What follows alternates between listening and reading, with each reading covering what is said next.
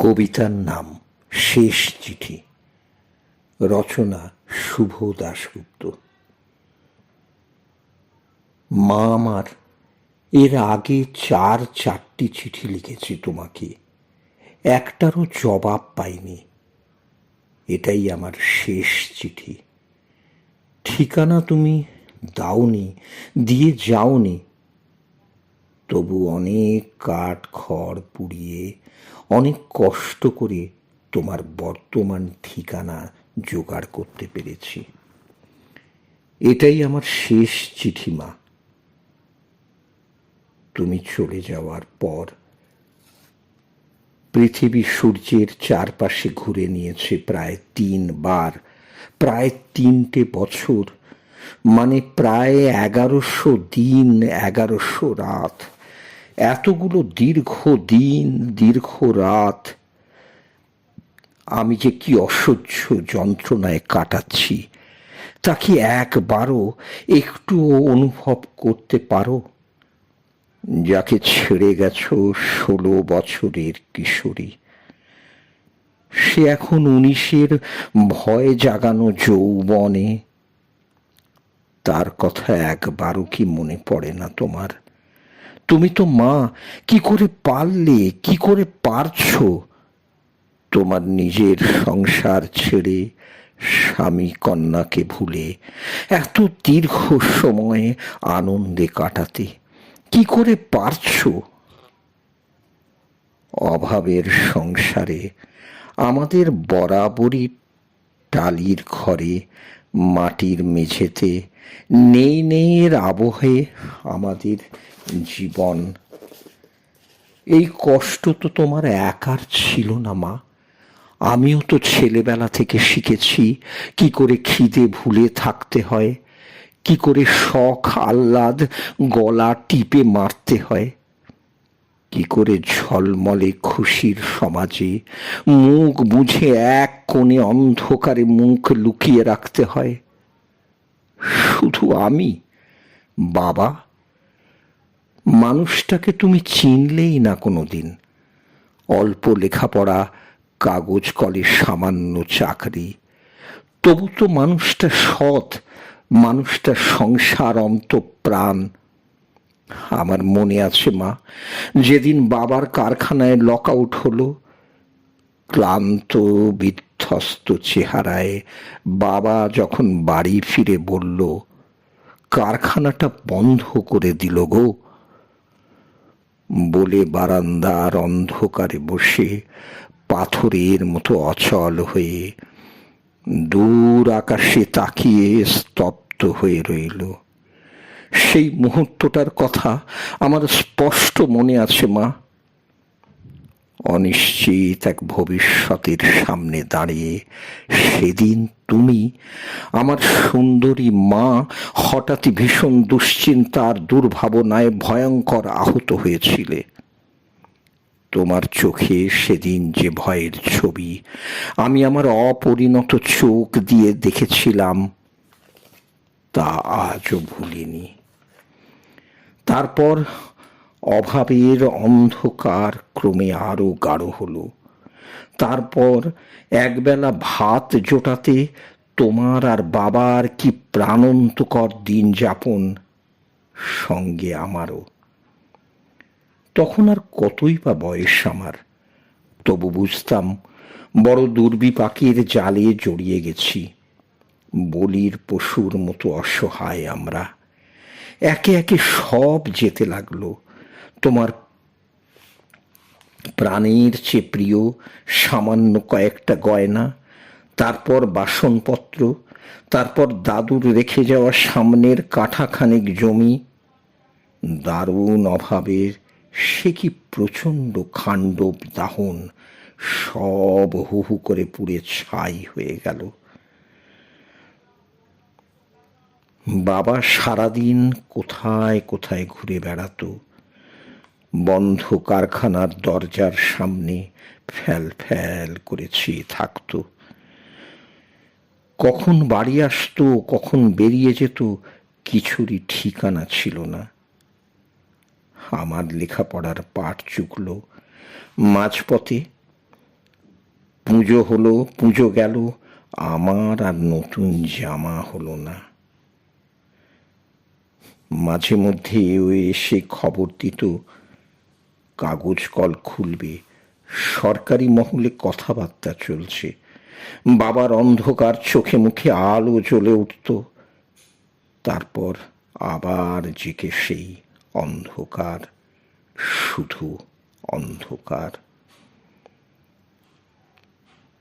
দিন যায়, দিন আসে, পৃথিবীতে কত কি ঘটে চলে, কাগজ কল আর খোলে না। বাবার মাথাটা অসহায় যন্ত্রণায় ক্রমে খারাপই হয়ে গেল।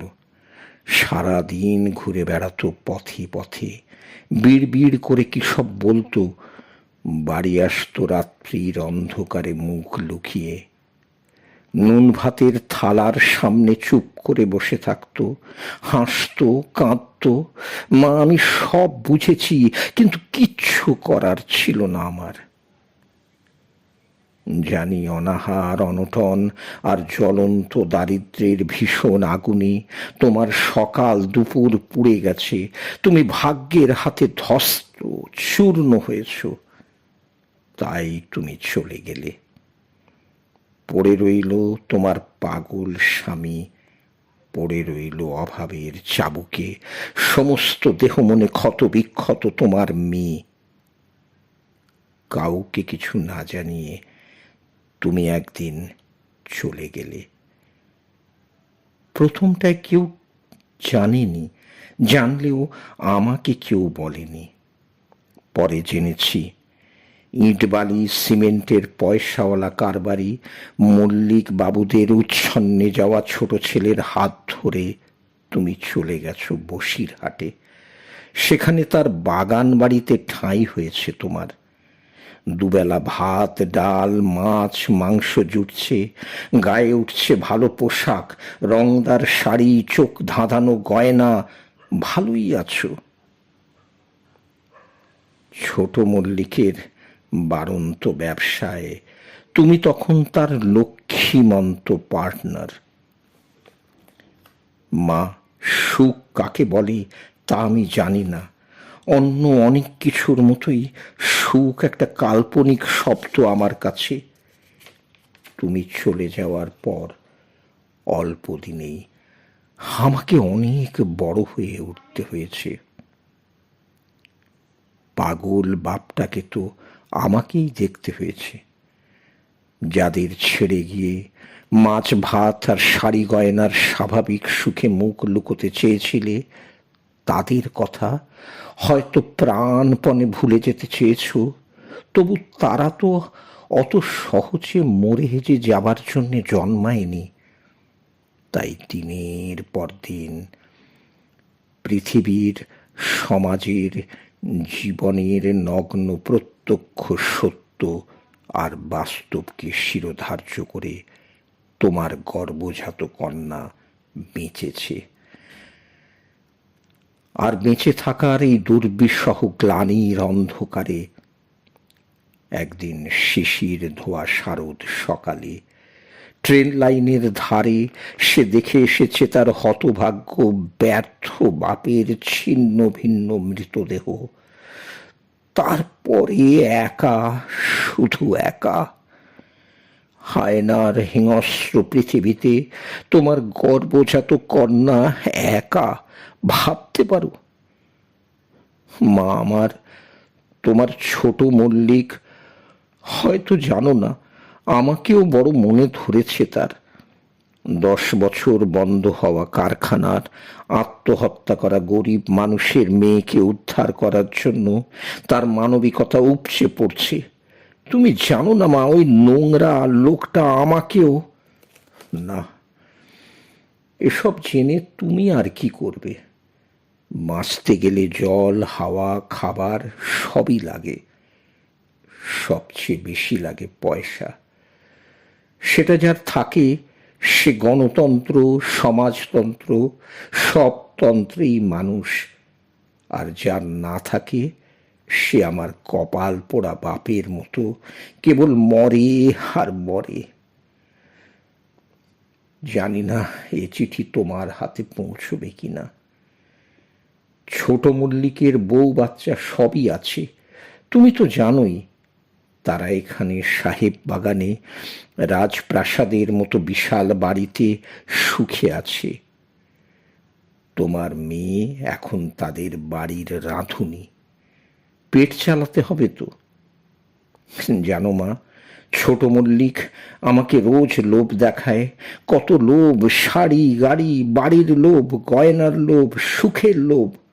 বলে আমাকে নিয়ে গিয়ে রানী করে রাখবে ওর মুর্শিদাবাদের বাড়িতে। মা, এ চিঠি, আমার এই শেষ চিঠি, আদৌ তোমার হাতে পৌঁছবে কিনা জানি না। তবু মা, ছোট মল্লিকদের আজ রাতের খাবার বেড়ে দেওয়ার সময় আমি ওদের একমাত্র মেয়েটাকে ছাড়া সবার খাবারে বিষ মিশিয়ে দিয়ে এসেছি। এতক্ষণে ছটফট করতে করতে ছোট মল্লিক আর তার বউ হয়তো নিস্তেজ হয়ে এসেছে। হ্যাঁ জানি, ওই ছোট্ট মেয়েটা নিষ্পাপ, ওর মাথায় ঘনিয়ে এলো দুর্দিন, কিন্তু আমিও তো নিষ্পাপ ছিলাম মা। কাগজ কল বন্ধ হয়ে গেল, সে কার পাপ? আমার বাবা পাগল হয়ে আত্মহত্যা করল, সে কার পাপ? আমার? আমার জন্মদাত্রী মা আমায় নেকড়ে আর হায়নার মুখে ছেড়ে দিয়ে নিজে বাঁচার তাগিদে পালিয়ে গেল, কার পাপে? আমার? আমার কোনো পাপ নেই, ছিল না। ছোট মল্লিকদের খাবারে বিষ মিশিয়েও আমি কোনো পাপ করিনি মা। শুধু অভিশপ্ত এই জীবনটাকে ছেড়ে যাওয়ার আগে আমি প্রতিবাদ করে গেলাম। প্রতিবাদ ছোট মল্লিকদের বিরুদ্ধে, প্রতিবাদ যারা কাগজ কল বন্ধ করেছে, আমার বাবার মতো হাজার হাজার নিরীহ মানুষকে খুন করতে চেয়েছে, তাদের বিরুদ্ধে প্রতিবাদ। হ্যাঁ, প্রতিবাদ আমার জন্মদাত্রী মায়ের বিরুদ্ধে। রাত পোহালে পুলিশ আসবে, তারপর সব শেষে ফাঁসি কাট। ফাঁসি কাট দেখেছ মা? একটা বিশাল দরজার মতো। ওই দরজা পেরিয়ে আমি চলে যাব আমার দুঃখী বাবার কাছে। বাবার বড় দুঃখ, তার কেউ নেই। আমি চললাম। বন্ধুরা, কবিতাটি যদি ভালো লাগে তাহলে লাইক, শেয়ার এবং সাবস্ক্রাইব করতে ভুলবেন না। ধন্যবাদ।